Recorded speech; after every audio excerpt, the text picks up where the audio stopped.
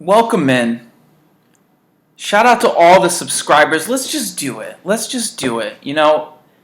Fantasy baseball statistics. Let's just do some of them. Today I'm talking about high-end first base. Do you want to pick the right first baseman this season? I do. I want to pick the right first baseman. And last time we left off, I was talking a little bit about making tiers and breaking tiers. And so I'm taking my own advice. That's where I'm at. I've got some tiers. I've got to separate them. But let me come back to the community and let's go through a little bit of it together. I'm going to get into the players. I'm going to talk gritty statistics about where I'm going in, how I'm figuring out these players, how I'm understanding them. And I think it's worth just touching on the state of the industry with the podcast. And I hate to say it, but flags fly forever. This is baseball prospectus. This is the big boys. And they have a paywall. And, I get a little bit triggered. And so let me just give you a little segment here. But really, between Olson, Cruz, Abreu, and Bell, I feel like this tier could almost be divided into... Those are the guys, right? So we're here, Olson, Cruz, Abreu, and Bell. And one of the things they did here is these guys said, we're just going to take all of the utility-only players and jam them in at first base because that made sense to them. Guys, that doesn't make sense to me. I need a first baseman that I can put in the first base position. A utility, I get that structurally they're similar. They're the boppers. They're the heavy guys. They at one point in their career played first base. But I don't want to merge those together. They said because of a matter of time that we can't separate and do the utility players by themselves. Why not? Where you could go from Alvarez down to Rizzo, and then Olson to Bell is kind of the second half. If we were really, cutting this up like that, I think that's the way I would do it. And I'm going to subject you to this because Flags Fly Forever subjected me to this. The funny thing about that is that Rizzo, Goldschmidt, and Olson are all really clumped together in ADP right now. I think the last I looked, and I'm trying to find it now, they were all in the 60s or somewhere in that neighborhood. And then you go down, and Cruz is I just think way too low, but Cruz is closer to, and I'm pulling this up now. Yeah, so Rizzo 63, Olson 67, and Goldschmidt 69. You can throw your obligatory nice there. Cruz is 97, Bell is 89, and Abreu's right. That's it. I'm not going to do it to you guys anymore. You know what I'm talking about. Just naming ADP, just listing ADP as if these guys have numbers on them. Somehow they have ADP numbers on themselves on the last day of January, in February because NSBC is the only place to go for ADP, and then we're just gonna. He's a little low. Does that help? Does that help you? So it did. It triggered me a little bit, and I know on the sheet I've got a big issue. Those guys are important. Bell, Olson, Abreu, Hoskins, Rizzo, Goldschmidt. I've got to know where the money has to be put down there. Jordan, Pete, Freddie. How I want to spend. So I had to get in there and tear these players apart and get more familiar with them. We're going to go through that together. Let me just go back and touch on a couple things. So I had that. I love the comments. Thank you for commenting. It's a small community, so I can pretty much respond to every comment. And someone asked, Pete Alonso at 6. And I said the same thing to myself. Did I just go out there and just tell these guys Pete Alonso at 6? And I wasn't too sure about it. So doing stats, because that's basically what I like to do here, is make sure I'm out there, I'm finding the stats, I'm finding the lists. And I just said, well, let's just go to Baseball Reference. I use Basketball Reference, so let's see what Baseball Reference has. They may have some stats. And it's like pulling teeth to get a good list in there, but I find it under batting, sort past the team, scroll down, finally players. And I sort something that's nice called total bases. And total bases is fairly close to just looking at your WOBA where it changes the weight. So a single's worth a 1, a double's 2, a triple's 3, home runs are 4, and you add them up. And so the total base list That's a good sort. Who cleared bases? If there were men on the bases, they cleared them off. Number 1, Rafael Devers, 359. Number 2, Cody Bellinger, 351. And here it is, number 3, Pete Alonso with 348 total bases. Sigh of relief. Because then at least I don't feel just crazy for saying that Pete could possibly be the number 6 player. Total bases, yeah, he hit 53 home runs, and he drove in 120 RBI. Is that cheating? It's not that home runs are cheating. They were 53 home runs. I want them. I like that he was getting total bases in chunks of 4. There's other guys on that list: Arenado, Simeon, Bogarts, Kettle, Soler, Blackman, Eugenio, Breggs, Freeman. So you get the idea. Total bases is a good sort. Those are good players. Those are going to be good players again. It just was another thing to touch on, and maybe between Fangraphs and Baseball Savant, mixing in a little baseball reference, I don't want to leave any stones unturned, so I'm going over there a little bit. They have OPS Plus. They've got some other things to sort. It's just something to take a look at. So we've got that there. I'm gonna stick with Pete there. I'm gonna think that there's more upside there, and we can talk a little bit more about his profile. Last time also, we talked about getting 20 players, just moving 20 players up. And I think the best part about just naming the top 20 and just moving on from it can change. People can change. I'm about to change one in a second.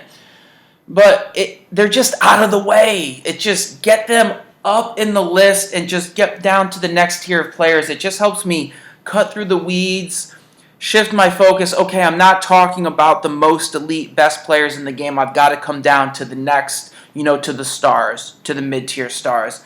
And so it felt good to get them, and I want to move another 20 players up, but it's hard to compare. So I kind of veered off. I said, all right, I'm going to look position specific because I'm getting to the point, like now I've got to compare Trey Turner and Tatis Jr.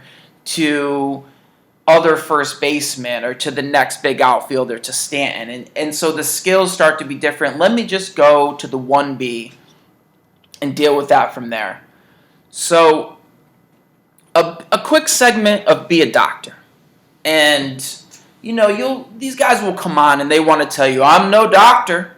I'm not going to say how long he's going to recover or how healthy he's going to be. I feel like I am a doctor, so be a doctor on these players, and we care a lot about health in the preseason. And we lost somebody in my top 20, Eugenio Suarez. And I'm on Roto World. That's where I'm getting my health news and my quick hitters and my breaking updates. I just want to read this to you and how deceiving Eugenio Suarez's description is. Suarez injured himself in a swimming pool. Hey, Eugenio, what were you doing? According to an official statement from the Reds, his physical activity will have to be limited at the beginning of spring training. But the hope for now is that the power-hitting third baseman will be ready. Hope will be ready to start the 220 season. Suarez, 28, posted a career high in runs. Where did it say this? Last year, and posted a career high in home runs and OPS last year, and could carry massive fantasy upside this summer on an improved Cincinnati team. His health status will have to be monitored closely throughout February and March. Mike Moustakas could be the obvious potential. I thought I saw somewhere, this wasn't the exact update I wanted, but I think he had a shoulder surgery, and to get out some loose pieces of debris in the shoulder. This is terrible news. The shoulder joint is very unstable. It is, I guess it's equivalent to a ball resting on a tee, a golf ball. That's how little protection there is. It's not ball and socket like the hip. It's just floating. And then there's just cartilage, and their labrum is there so it can slide. It's got mobility issues. It's loose, but it can go, and power comes from the shoulder. So I don't want any part of Eugenio Suarez. That he carried massive fantasy upside until he injured that shoulder in the pool. Now that fantasy upside, I would say, has to be curbed. He's not going to get off to the right start in spring. I don't know if the power is going to lack. I can't have a player being behind. There's a point when I can draft him, but honestly, I'm probably not touching him. So I just wanted to mention that in terms of be a doctor. We lost another player. I worked really hard to say that Mitch Haniger looks good. I think I said something crazy like Mitch Haniger is like George Springer light. But he cannot stay healthy. Mitch Haniger had a setback on Monday and will undergo core surgery. The surgery is expected to keep him out 6 to 8 weeks. He will likely miss most of spring training. Red flag. The talented 29 outfielder was limited to 63 games in 2019 due to a ruptured testicle and back problems.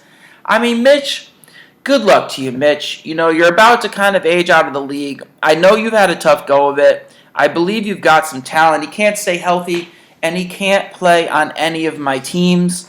So I just put little ILs next to these guys so that when I have my draft sheet, I can just say basically, that person's on the injured list. So do I want to draft somebody that's either hurt, has been hurt, is recovering from being hurt, or have to slough them down to my injured list spot? You know, I don't really want to deal with that. So I just wanted to get out to one more comment. Somebody asked me and hit me. Yeah, go ahead, hit me on the Twitter. I'm doing a lot of other things on there. I'm whatever, but I'll respond. I saw it. And somebody asked me, can you just talk a little bit about points leagues versus 10 cat? And it is a distinction. And I think that we can carry that through as we look at these first basemen today about how you want to score, how you want to get it. So I think the biggest adjustment, generally for the sheet, I'm sorting by talent. At this point, this is talent-based assessment. What can I get? What's the upside? Is there going to be continued breakout? I'm really just sorting talent. I haven't applied any specific league scoring system yet, but if you're focusing on one league, if there's a certain thing, then yeah, you can start paying attention to it. The adjustment I might make league specifically, especially going to points, you've got to look at, is there a minus for the K? Is it a full 1 point deduction for the K? Because then you're going to take your high strikeout guys, and no matter how much power they possess, if it's really strikeouty, those Ks are going to drag them down on a regular basis. They will have extreme breakouts, so the weeks when they get clusters of home runs, boom, you're winning in head-to-head. But the K, the continuous K'ing throughout the season, is just going to kind of dampen the singles and the doubles and the lower productivity. So high home run, high K guys are more boom busty in points. The other thing for me in points leagues, at least the one I've been in, they were doing +2 for a steal, but -1 for a CS. And if you're subtracting for a CS, if you're punishing a guy for aggression, when steals already don't even matter, there's no speed. There's no speed. It doesn't exist. 15 steals is a lot. So if you're talking about a player you're hoping to accumulate 450 points over the course of a season, 30 points in steals is meaningless if the CS is going to pull off 10 points of the 30 points. So I would almost ignore speed. And you're RBI hungry. You want RBIs. If you're getting points for walks, now you're walk hungry. So what I might do is I might talent-based draft my sheet. Then I might go and do a custom sort on a Fangraphs or even a Baseball Reference. Just sort walks. All those guys, just bold them. Just bold them. Because now you know, like, talent-wise, it's this. But walk-wise, hey, grab this guy. Comparatively, this bolded guy is more important. OPS leagues, which we hear a lot about on the podcast, bold them, move them up, hit them with some blue highlight. That might be the way that I'm going to deal with it. The other thing in a points league is I think the busyness is important because you want to be consistent. You don't want to hate a guy for 3 weeks and then bench him and then have him rip off 4 home runs and get 30 points in a week and then go back through his droughts. So you want your guys to be averaging. You want your guys to get onto base. And so the conversation is different. In a points league, though, average isn't there. There's no that measure doesn't matter.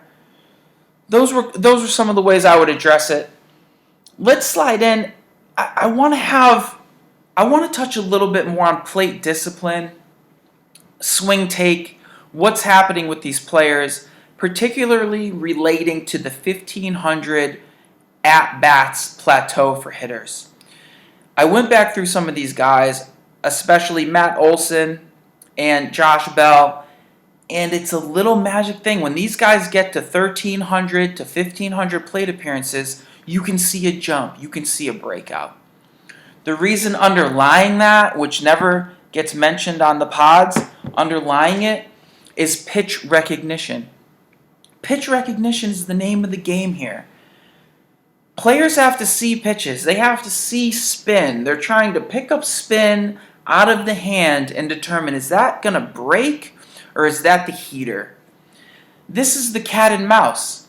And just to segue back to the Houston Astros, the reason from the dugout, it helped because they didn't have to pick up spin. They could pick up spin before the pitch left the hand. That's so critical because now look at what we're trying to assess. We're trying to assess velocity differences. If you're sitting fastball, you've got to be locked and loaded. You've got to be ready to go. If you think it's fastball and it's a change, you're just out in front. You're just going at it and it changed up on you. And pitchers, on the other hand, with big velocity difference, again, why is a change effective? Because the velocity gap is because you're playing these cat and mouse games with, are you sitting on the off speed? Are you sitting on the heater? Hitters can't have both. You can't sit 96 and then come down and get a filthy 82 mile per hour change with movement. So that's what's happening. And it seems over time for the players that break out, this 13 to 1,600 at-bats is when they've seen enough pitches, they've seen it all. They've seen the league. They've tuned their eye to picking up spin on the ball as it comes out of the hand, and they seem to take the step forward. And we got to see a lot of that from Josh Bell and Matt Olson if we look at where their career productivity was. And the other thing on plate discipline, I'm going to get into some of that swing take when you go to Baseball Savant and the individual player pages, swing take profile. The swing take overall runs, it's broken. It's broken. But I can pick out a couple things from there that shows, is this player a player that's aggressive in the zone, that goes for things? Is this player, does he lay off?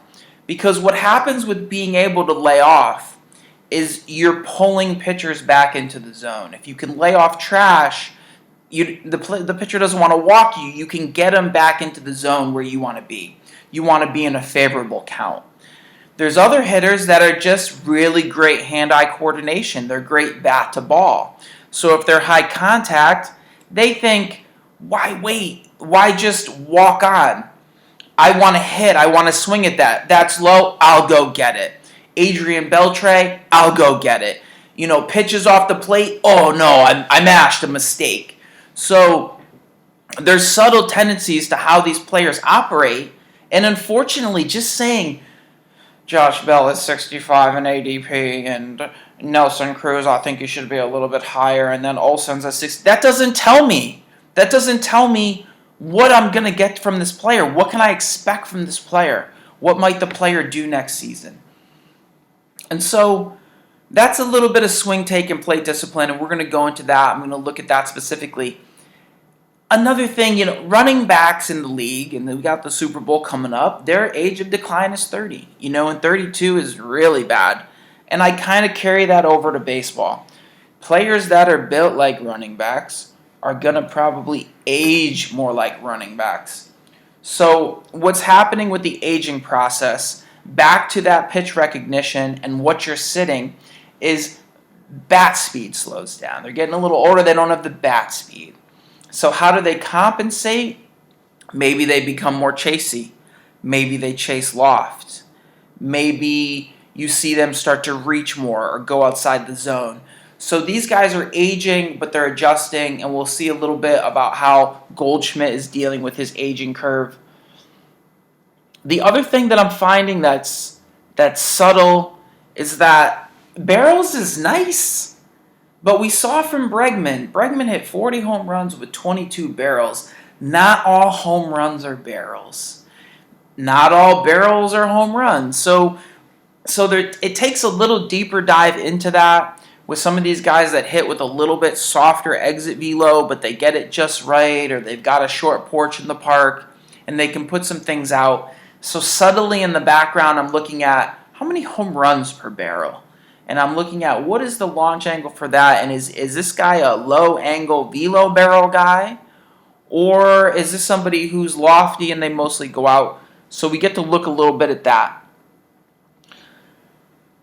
As we go into these first basemen, and I get further down the list, you're really asking yourself the question, do I want upside? Am I chasing upside, or do I want security? Do I want safety?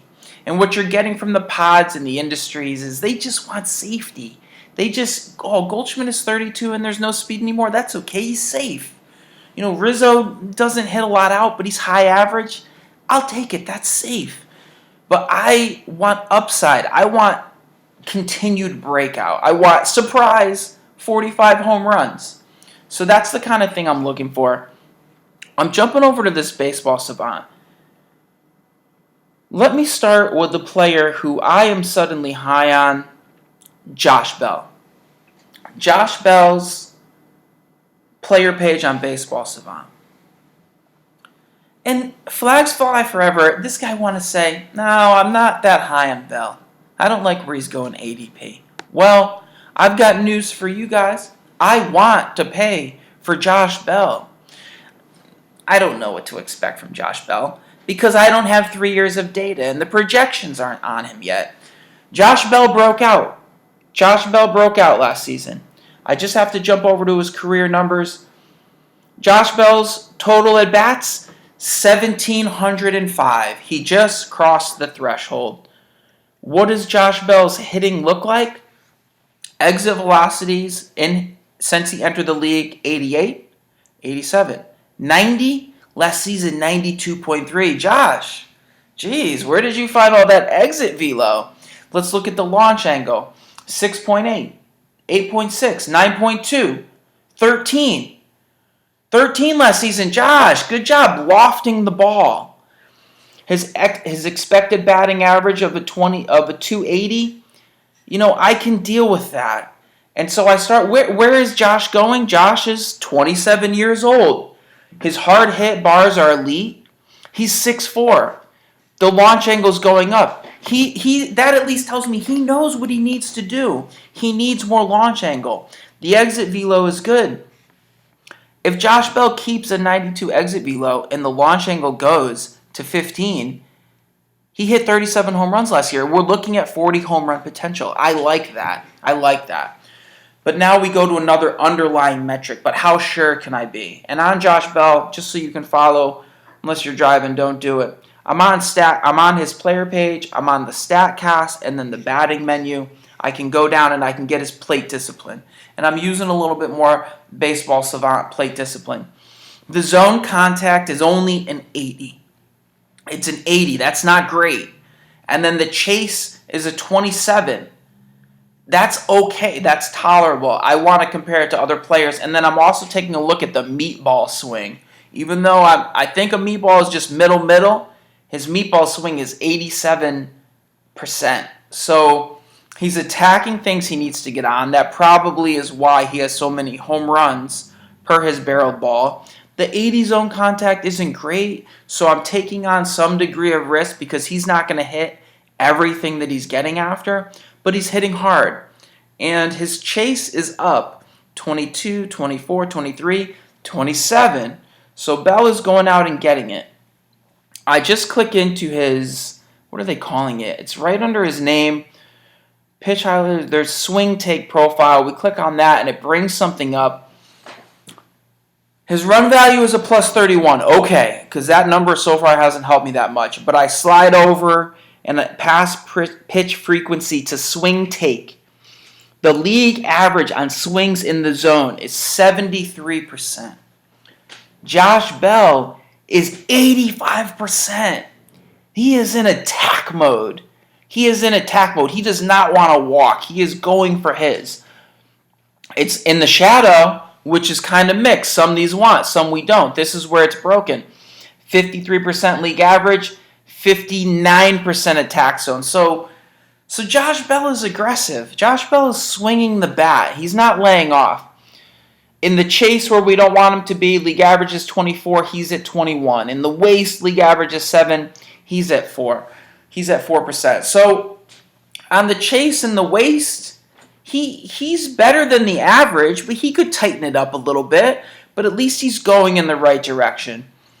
Is he going to be strikeouty? Yeah, potentially. But there's enough contact for him to work at it. I just want to take one more. I'm going to jump over here to my fan graphs. I just want to see what Bell... that's a good hitter. His K rate is down to 19.2%. His walk rate is 12%. The BABIP was 288. So he owes us a little in average. That 277 average.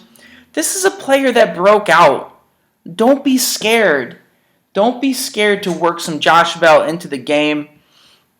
I'm high on Josh Bell. I think you've got to believe, because what'll happen is people aren't in enough belief yet. They're talking stuff about his splits, his first half, second half. He might have been injured. He might have played through some injury. But the underlying metrics say this is a guy that hits the ball hard, and there could be another little step forward. Let's move on to another player here. Who did I go to next? Let's go to an Anthony Rizzo. Anthony Rizzo, huh? So Anthony is 30.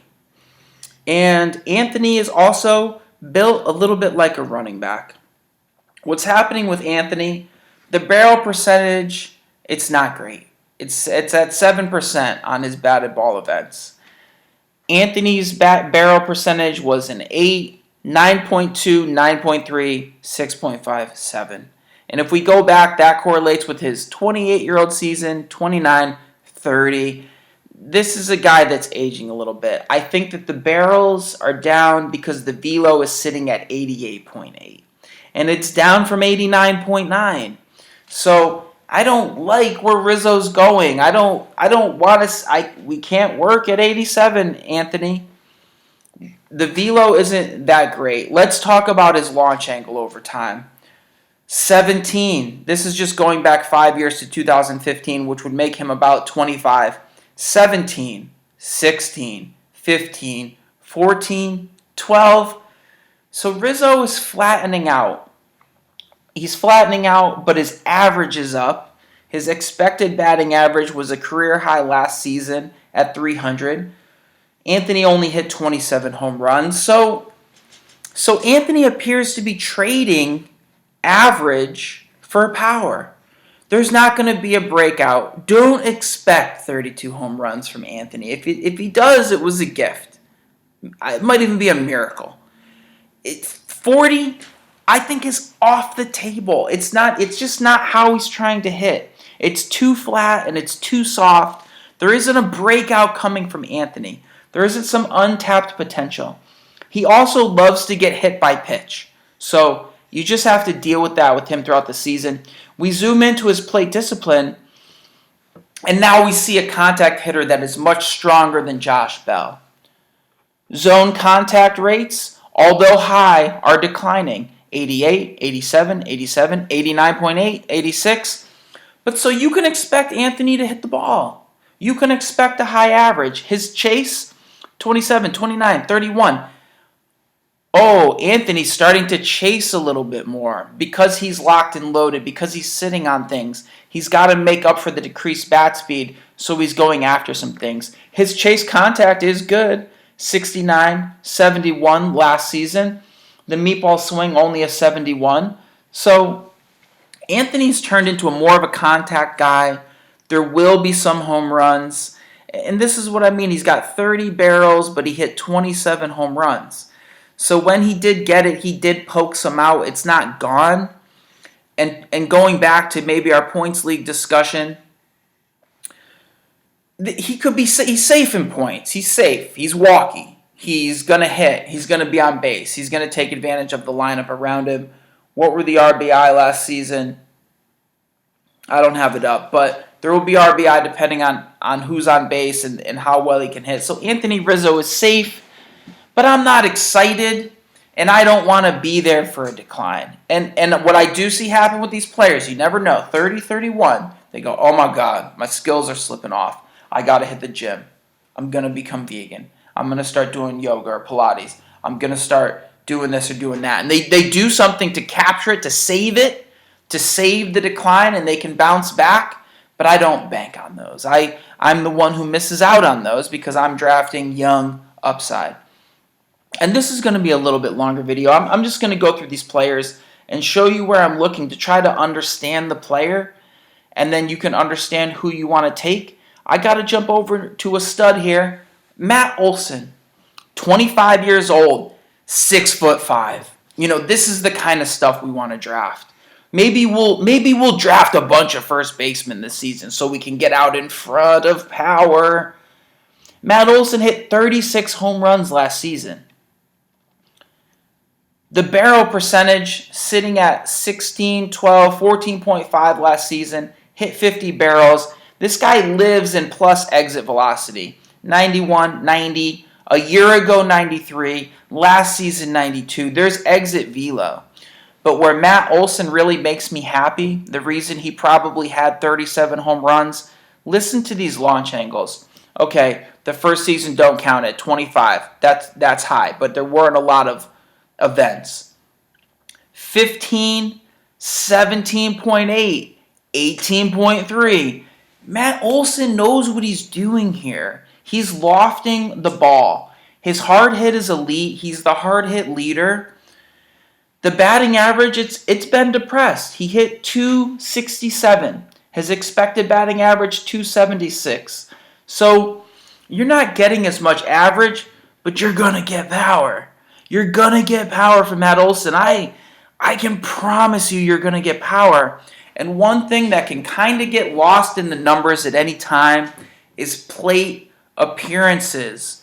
You might forget a DL stint in July, a slow start, a birth of a child, whatever it might be, a platooning. Olson, he hurt a hamate. So Matt Olson, he's a 93 exit velo hitter. He broke his hamate bone in Japan, let it heal, came back, lost a mile per hour in velo, but still hit 37 home runs. This guy has 45 home run pop written all over him. But what you've got to do when you're trying to make the sale, you've got to talk about risk. Zone contacts. Matt Olson, 79, 73, 76, 73. Ooh, Matt, why is your zone contact so low? Maybe you're just swinging so hard. So 73 is lower than Josh Bell at 80. It's lower than Rizzo at 86. There's more risk here. There's more strikeout here. If you subtract for Ks in your points league, Matt Olson might not be as much your dude. Maybe Josh Bell's safer. Maybe Rizzo is the safest in terms of average and getting on base. But Matt knows that the way he swings, the chase is only between 25, 20, 25. So he's letting stuff go. His chase contact at 60 or 67, he made a big jump in chase contact. 54, 56, 60, 67. Matt is going out and getting a couple mistakes here and there. So it's a player that's getting better. It's probably because he's at that right number of plate appearances. He's 25. The meatball swing is decent. Let me jump over to his swing take. He's average across the board. He's laying off a little bit of chase. He's league average in the zone. He's league average in the shadow. So this is a solid player with excellent launch angle in a bad stadium, the Oakland Coliseum, bad for power, but he seems to be able to work in that. I like Matt Olson this season. I want to get more of that because I think people might not be sure.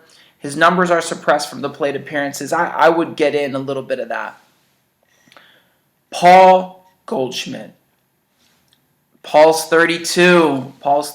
I try to tell everyone he's not running. He's not running anymore. The speed is gone. The speed is not coming back. Someone want to say, oh, he left Arizona. He's going to run again. No, when he got down to 2 stolen bases, and Steamer wanted to go out and project him at 8, that was false. That was because he had been stealing. But his stealing days are done.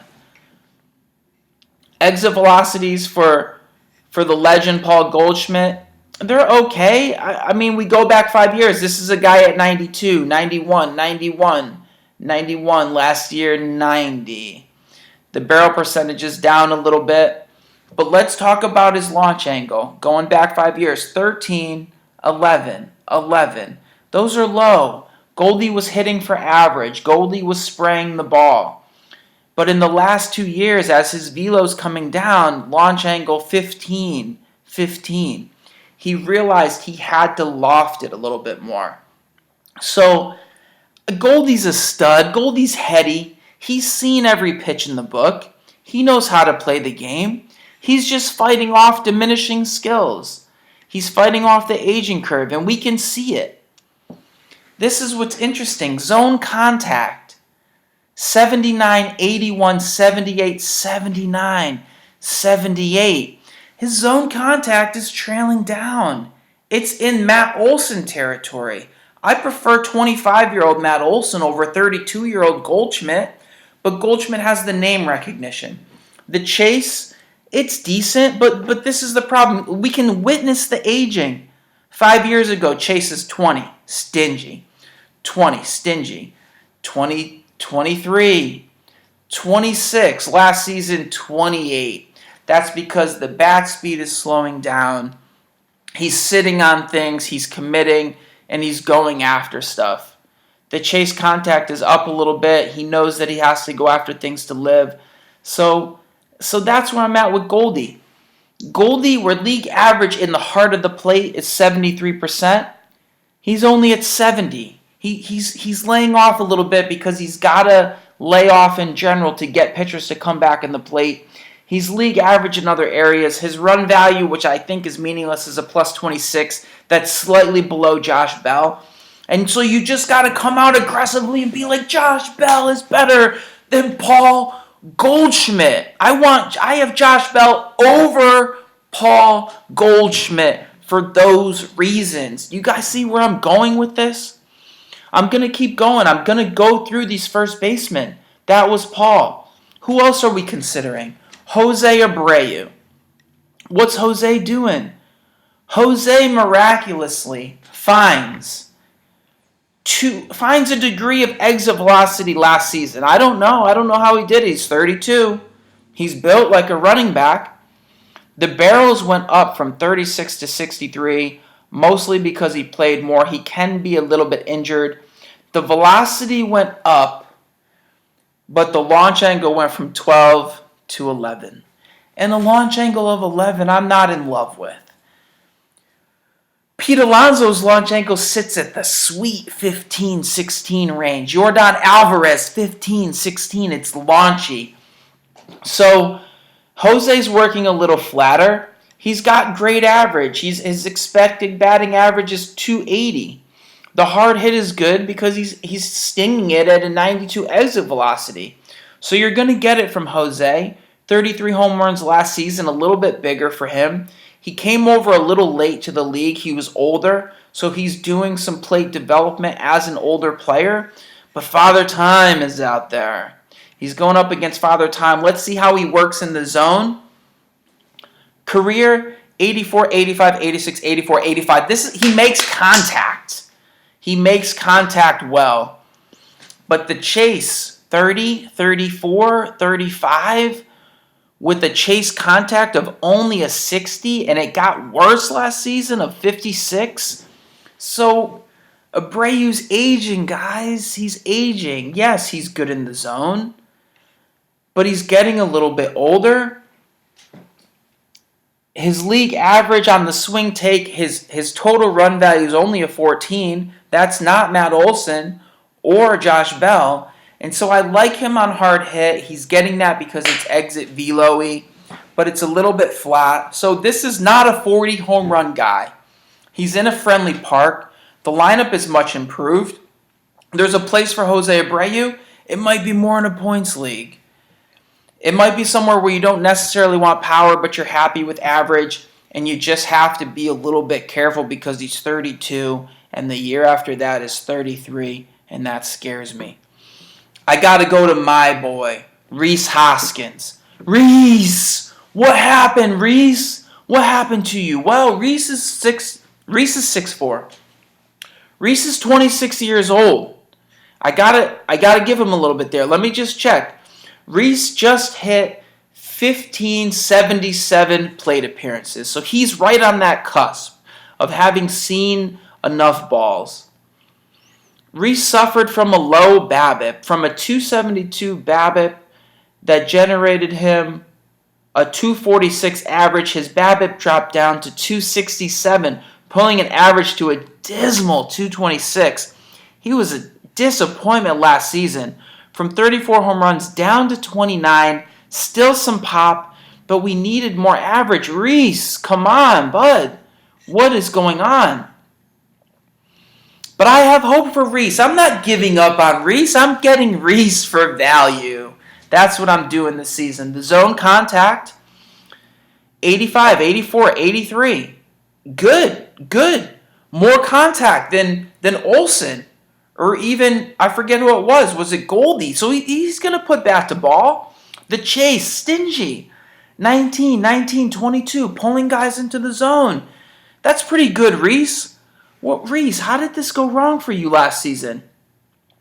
Rhys's launch angle is, he went from 18.4 to 22 to 24. Whoa. That is the upper end of high. That is maybe one of the highest launch angles I've seen.